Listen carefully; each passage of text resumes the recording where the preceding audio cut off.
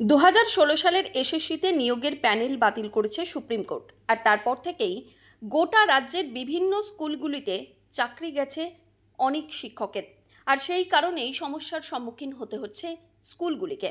কিভাবে তারা স্কুল চালাবে তাই নিয়েই চিন্তিত স্কুলের ভারপ্রাপ্ত প্রধান শিক্ষক শিক্ষিকারা। এই একই ছবি পূর্ব বর্ধমান জেলার কালনাতে। কালনার মহারাজা উচ্চ বিদ্যালয়ে পৌঁছে দেখা যায় তাদের স্কুলের 6 জন শিক্ষকের চাকরি বাতিল হয়েছে। এই স্কুলে প্রায় 1800 স্টুডেন্ট রয়েছে। এখন কিভাবে বিদ্যালয়ের পঠন পাঠন চলবে তাই নিয়ে চিন্তিত ভারপ্রাপ্ত প্রধান শিক্ষক।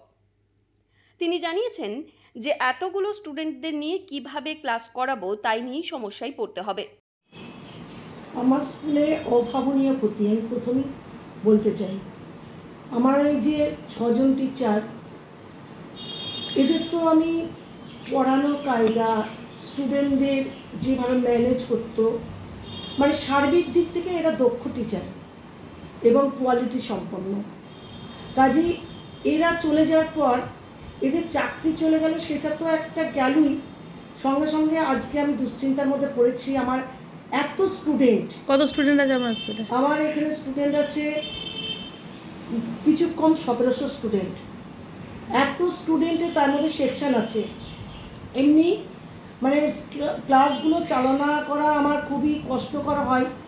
এবার আমাদের 7ই এপ্রিল থেকে পরীক্ষা, আমাদের পুরো ব্যবস্থাটার উপর যেন একটা আঘাত পড়ে গেল।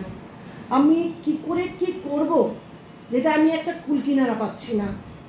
তাই আমার আর মানে বলতে গিয়েও আমার খুব খারাপ লাগছে যে আমি কি করে কি করব, আমি সত্যি আমি আর ভাষা দিয়েও প্রকাশ করতে পারছি না। অন্যদিকে কালনার শশীবালা সাহা গার্লস হাই স্কুলের 2 জন শিক্ষিকা এবং 1 জন গ্রুপ ডির কর্মী বাতিল হয়েছে চাকরি। বৃহস্পতিবার ওই স্কুলের ভারপ্রাপ্ত প্রধান শিক্ষিকা জানিয়েছেন, আমারও স্কুল চালাতে সমস্যায় পড়তে হবে।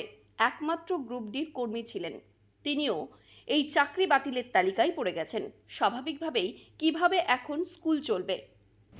আমার স্কুলে মোট 3 জন। মানে তারা কি 3 জনই শিক্ষিকা? না, 2 জন শিক্ষিকা আর 1 জন গ্রুপি। এতে কি সমস্যা হবে? সমস্যা তো অবশ্যই হবে, স্কুল চালানোর সমস্যা হবে। ধরুন আমাদের লাইফ সায়েন্সে 1 জনই দিদিমণি ছিলেন আর গ্রুপ ডি আমাদের 1 জন। কাজেই স্কুল চালানোর সমস্যা খুবই হবে। তাহলে এখন কীভাবে স্কুল চালানো কি ভাবছে? এখন সেটা আমাদের ম্যানেজিং কমিটির সঙ্গে আলোচনা করে ব্যবস্থা করতে হবে যে কী করা যায়। সেই সব টিচারের জায়গায় যদি অন্য কোনো মানে পার্ট টাইমার রেখে ব্যবস্থা করে স্কুলটা তো চালাতে হবে। তবে আমাদের যেহেতু মানে আর্থিক সঙ্গতি সেরকম নেই, আমাদের স্কুল ছোটো স্কুল, আমাদের সেই ব্যাপারেও একটা অসুবিধা দেখা দেবে। কতজন স্টুডেন্ট আছে বর্তমানে? স্টুডেন্ট মোটামুটি আপনাদের 500 অ্যারাউন্ড। বলছি এবার আজকে কি স্কুল সমস্ত ঠিকভাবেই চালানো গেছে না? আজকে কিন্তু পরীক্ষা চলছে। হ্যাঁ, পরীক্ষা চলছে বলতে যারা মানে যাদের ঘটনাটা ঘটলো তাদেরও গার্ড ছিল, আমরা সেক্ষেত্রে গার্ড আবার চেঞ্জ করে ডিউটি লিস্ট আবার এদিক ওদিক করা হলো। এছাড়াও কালনার নিগমানন্দ বিদ্যামন্দির হাই স্কুলের 3 জন শিক্ষক ও 1 জন গ্রুপ ডি এবং 1 জন ক্লার্কের চাকরি বাতিল হয়েছে। পাশাপাশি কালনা হিন্দু বালিকা বিদ্যালয়ের 6 জন শিক্ষিকার চাকরি গেছে। 7ই এপ্রিল থেকে কিভাবে চলবে স্কুল, কিভাবে স্কুলের পঠন পাঠন চলবে এই নিয়েই চিন্তায় রয়েছেন স্কুলের ভারপ্রাপ্ত প্রধান শিক্ষক শিক্ষিকারা। আমার স্কুলের 3 জন শিক্ষক আছেন এবং 1 জন গ্রুপ ডি, 1 জন ক্লার্ক। আচ্ছা, তো এতে আপনার স্কুলের কতটা অসুবিধার মধ্যে পড়বে? স্কুলের অসুবিধা মানে তো স্কুল তো ভীষণই অসুবিধা। আমাদের এমনিতেই টিচার সংখ্যা খুব কম, মানে মাত্র পার্মানেন্ট টিচার 17 জন পার্মানেন্ট টিচার, তার মধ্যে 3 জন পার্মানেন্ট টিচার চলে গেল, অফিস স্টাফ সব মিলিয়ে 3 জন, তার মধ্যে যদি 2 জন চলে যায় তাহলে স্কুল চালাবো কাজে।